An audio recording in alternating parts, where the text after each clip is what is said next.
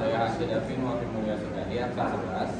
Saya Ferdian Pratama, saya Ibu. Saya Iman Adib, absen 12. Kita lihat sebenarnya.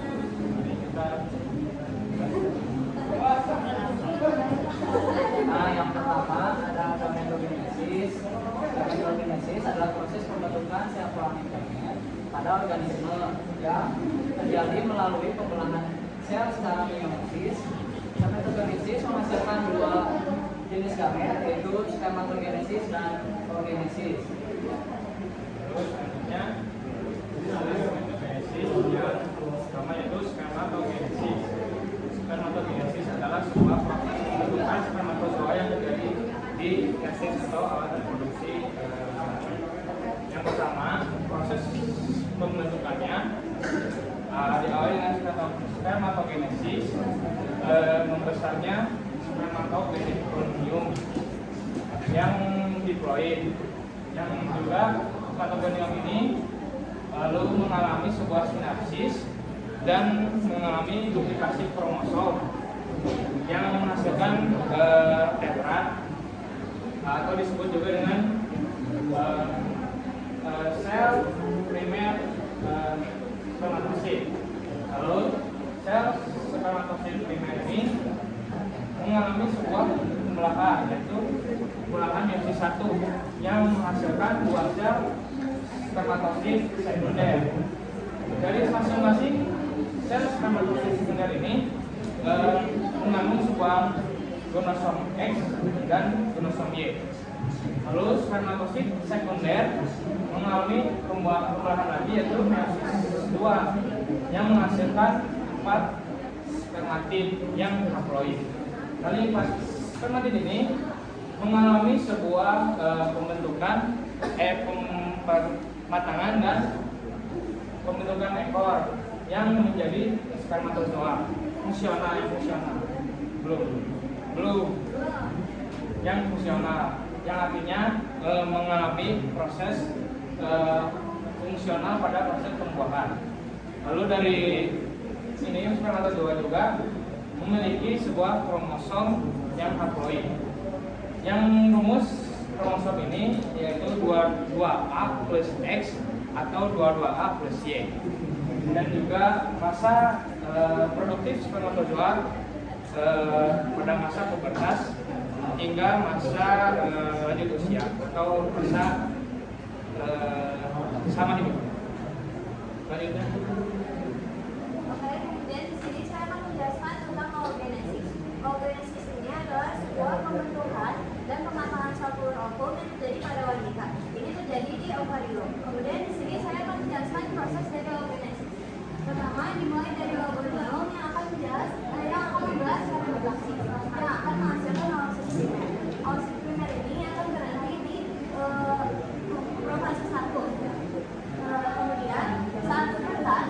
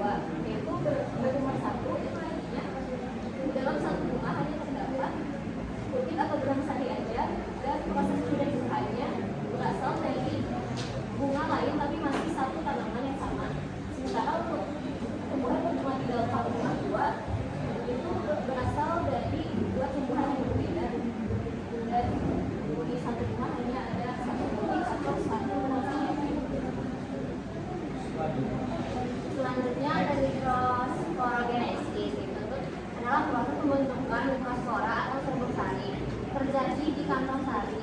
Mekanismenya itu pertama-tama sel induk sumbu sarinya membelah menjadi meiosis 1 dan membelah lagi menjadi meiosis 2, lalu menghasilkan 4 sel mikrospora berkelompok haploid yang menempel menjadi satu.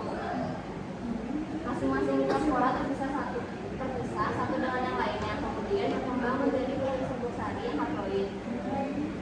Inti sel dalam bentuk sumbu sari mengalami pembelahan karyokinesis 1 dengan terdapat dua buah nukleus yang identik, yaitu nukleus generatif dan nukleus stabil, dan keduanya bersifat haploid. Biasanya pada tahap inilah mulai dilepaskan. Setelah pembentukan, pucuk sumbu sari akan timbul membentuk burung polen. Nukleus generatif di dalam burung polen mengalami pembelahan karyokinesis 2 menjadi nukleus sperma 1 dan nukleus sperma 2. Pada tahap ini terbentuk gametofit jantan yang memiliki 3 nukleus, yaitu nukleus sperma 1, nukleus sperma 2, dan nukleus stabil, dan semuanya bersifat haploid. Nah, lalu ada megasporogenesis. Megasporogenesis sendiri artinya adalah proses pembentukan megaspora yang terjadi di dalam bakal buah atau valium. Nah, mekanismenya itu sebagai berikut. Sel induk megaspora atau megasporosit yang diploid mengalami pembelahan meiosis 1 dan meiosis 2 yang kemudian menghasilkan 4 sel megaspora berkromosom haploid yang mengelompok secara linear. Lalu setelah meiosis hanya 1 sel megaspora yang fungsional, sedangkan 3 sel lainnya berdegenerasi atau mati. Lalu nukleus dari megaspora yang fungsional kemudian mengalami pembelahan karyokinesis 1, karyokinesis 2, dan karyokinesis 3 secara beruntukan sehingga terbentuk 8 nukleus yang semuanya haploid. Sel yang berukuran besar dan memiliki 8 nukleus tersebut dinamakan kantong embrio yang bermata atau kandung lembaga primer. Nah, inti-inti yang berjumlah 8 tadi akan menempatkan diri di dalam kantong sel embrio tersebut, yaitu sebagai berikut. Satu inti di tengah yang dekat mikrofil berkembang menjadi ovum atau sel telur yang haploid. Lalu 2 inti di samping kanan dan kiri, di samping kanan dan kiri ovum disebut sinergik haploid end yang akan berdegenerasi dan mati. 2 inti lainnya di tengah-tengah bergabung menjadi bergabung dan melebur menjadi fusi nukleus polar yang disebut juga inti kandung lembaga sekunder yang diploid 2N. Nah, sisanya 3 inti di daerah kalaja berseberangan dengan mikrofil disebut amitoda yang masing-masing haploid N. Jadi hasil akhir proses megasporogenesis adalah kantong embrio matang atau megagametofit yang memiliki 1 ovum, 2 sinergir fusi 2 nukleus polar, dan 3 antipoda. Next.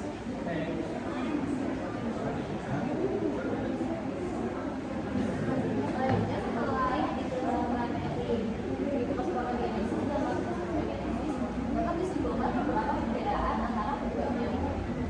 Satu, tentang terjadinya mikrosporogenesis ada di bakal buah atau valium di bagian dasar puting, sementara untuk makrosporogenesis ada di kantong sari atau aktin. Yang kedua,